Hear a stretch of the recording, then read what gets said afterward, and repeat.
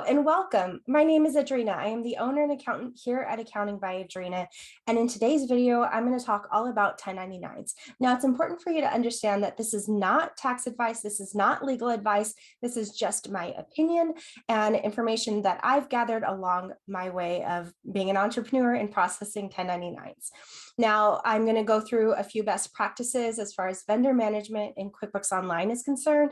I'm also going to show you what I do when I process 1099s in QuickBooks Online. So if you want more information similar to this, make sure you're following me on Instagram. I am at adrina.calderon, and you can always sign up for my newsletter. I'm going to go ahead and drop a link below so you can sign up for my newsletter and make sure that you're updated with all this kind of good information to help you along your entrepreneurial journey.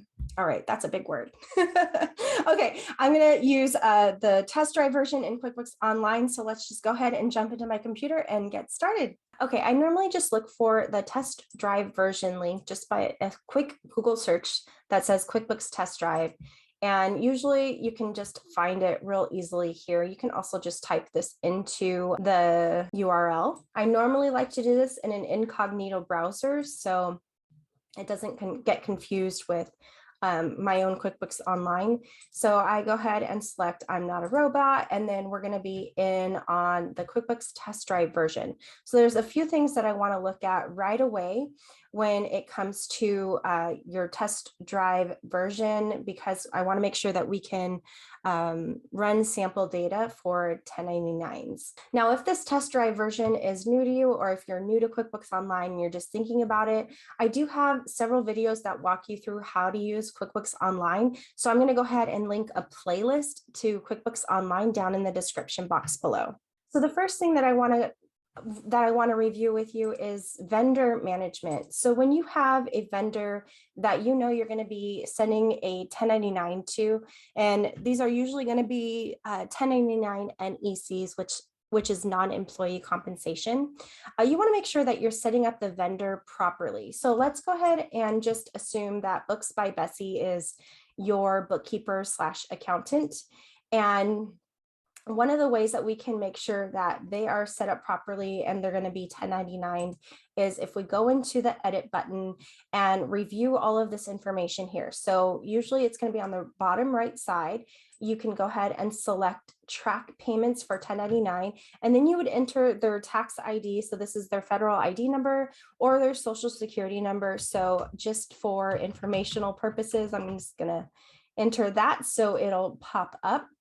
And you can go ahead and click on, make sure that you have their address listed and their phone number and email address. So it's books@intuit.com. Okay, so click on, those are important because when you want to file your 1099s online, you need to make sure that the email address that is set up for the vendor is going to go directly to that vendor. Sometimes they have like a generic like hello@intuit.com or whatever the case may be. Make sure that this one is going to be really specific so that they can get the 1099 directly.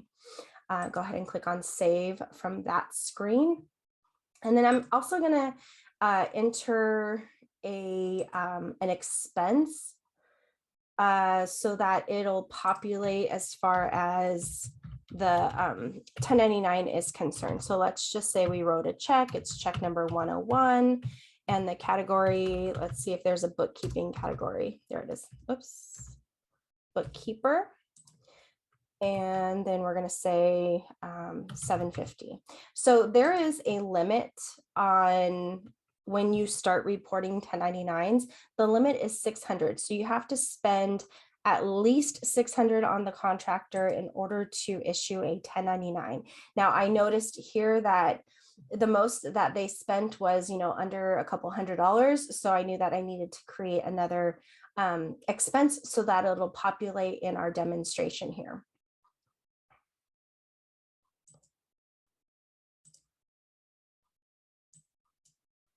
All right, so the next thing that I want to draw your attention to is making sure that you are coding the contractor in a manner that you can quickly run a report and quickly identify as a contractor. So usually people use the legal and professional fees category, and this one here says bookkeeper as a subcategory. Now I noticed that this says accounting as a subcategory.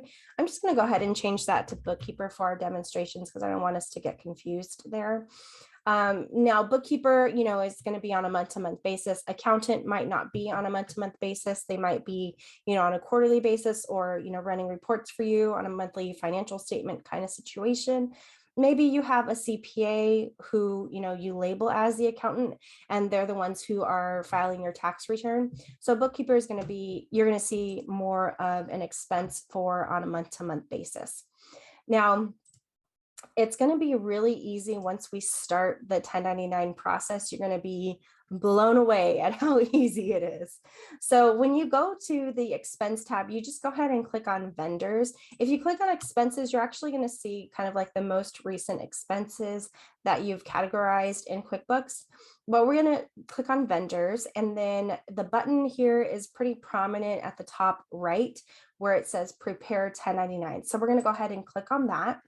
It's going to pop up a separate screen. It's going to give you some information. There's some quick FAQs that you can expand these and make sure that you understand kind of like the process, the deadline, and how much it costs for QuickBooks.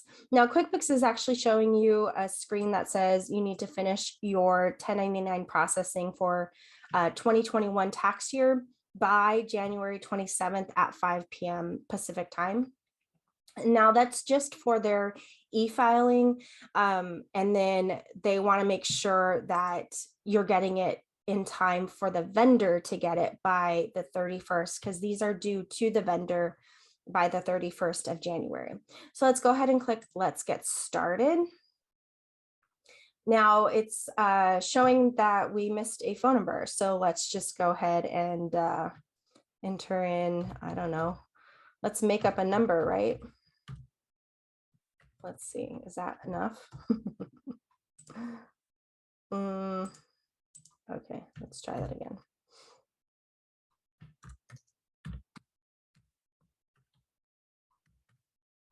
Okay, let's see if that'll keep there. Okay, now tax ID, it didn't save, it looks like it, so we're gonna go ahead and enter it again.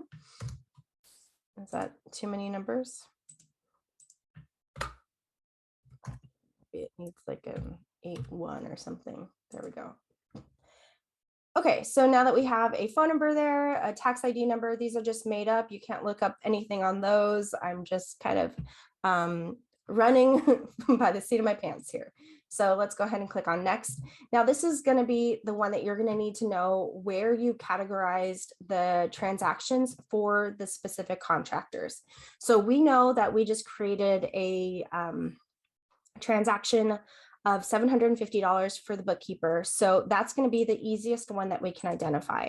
So if we just want to pull that category legal and professional fees, then it's going to do the dirty work for you, basically. So this is going to be the most common for entrepreneurs, and this is the one that I'm going to focus on because it's probably the most pressing for everybody. You can click on next on that screen. And then this screen actually pops up and shows you the contractors that are going to be exported into the 1099 contractor. It's a separate website, but this is where you can do kind of like the dirty work and make sure that you're doing your double check and reviewing the data before it gets exported into the 1099 website. So what we're looking for is making sure the contractor name and the vendor is correct.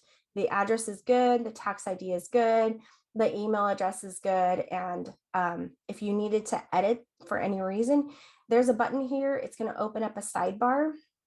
And then you can go ahead and fill out the information right here. Click on save, and then it'll automatically save it.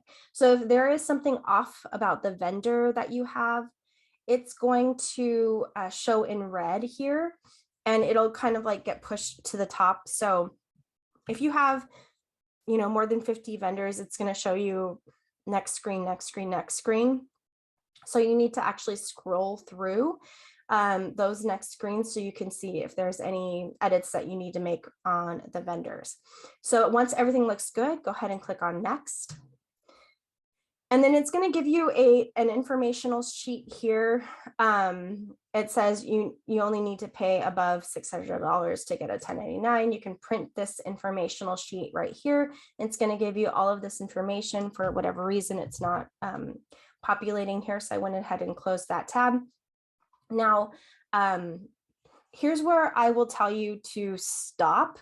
You can close out of this, and I want you to pull a report before you file your 1099s. So there are a couple of reports that you can pull. Now, the report that I would recommend, there's actually two that I'm going to recommend for you. So there's one called the 1099 transaction detail report, and it's going to pull, it's already kind of like filtered out. So it's going to pull, you know, whatever dates that you have. In this case, you would say last year as the filter. And then you would filter it by, you know, if you wanted the vendor or payment type, but it's already kind of filtered here. So it's showing that you don't have anything to report on. Basically, when you do have things to report on, it'll be listed here. So that's the first report that I want you to pull. The second report that I want you to pull is, it's called a transaction detail by account. I'm not sure if the test drive version has it. Transaction detail by account right here. And what you would do is filter it by last year and go ahead and customize it to the distribution account, which is going to be that legal and professional fees account. So we're going to grab everything that's in this account and their sub accounts. Go ahead and click on run report there. And then you can verify the data from that 1099 report, either report that you pulled with this transaction detail by account, because this report is actually going to pull all of the information from last year, and it's not going to like cut it off, you know, below $600. So this way you can see, okay, there was a counseling fee there. Robertson and Associates, okay, maybe they filed their tax return, so it is under 600. Now this one should have popped up on the report, but maybe it's just a glitch in the text drive version. And then you have a lawyer there for 400, which is under 600. So the only one that would get a 1099 is the bookkeeper. So then you would verify that data. And then once you verify the data, you go back to the vendor tab and continue your process for preparing 1099s. All the information that we did, it's already going to save it. So really you just need to kind of like finish, whoops. You just need to click on finish preparing 1099s. And then once it does, this screen pops up, and this is the one I always do. It's just e-file. It's going to be the easiest way that you process them. You can also do the print and mail. This is probably more expensive. It's going to be more complicated because you have to make sure that the lines are within the margin when you print it out. So I just click on e-file for me. Oh, look at that. it almost went there, but it stopped it. Okay, so anyway, as you could tell, it would open up a separate screen that shows you, you know, the same information. You follow that screen and then click on, you know, send 1099s, and that's going to be pretty much it. So that's all I have for you guys today. If you have any questions, do feel free to drop them in the comments below, and I look forward to hearing from you.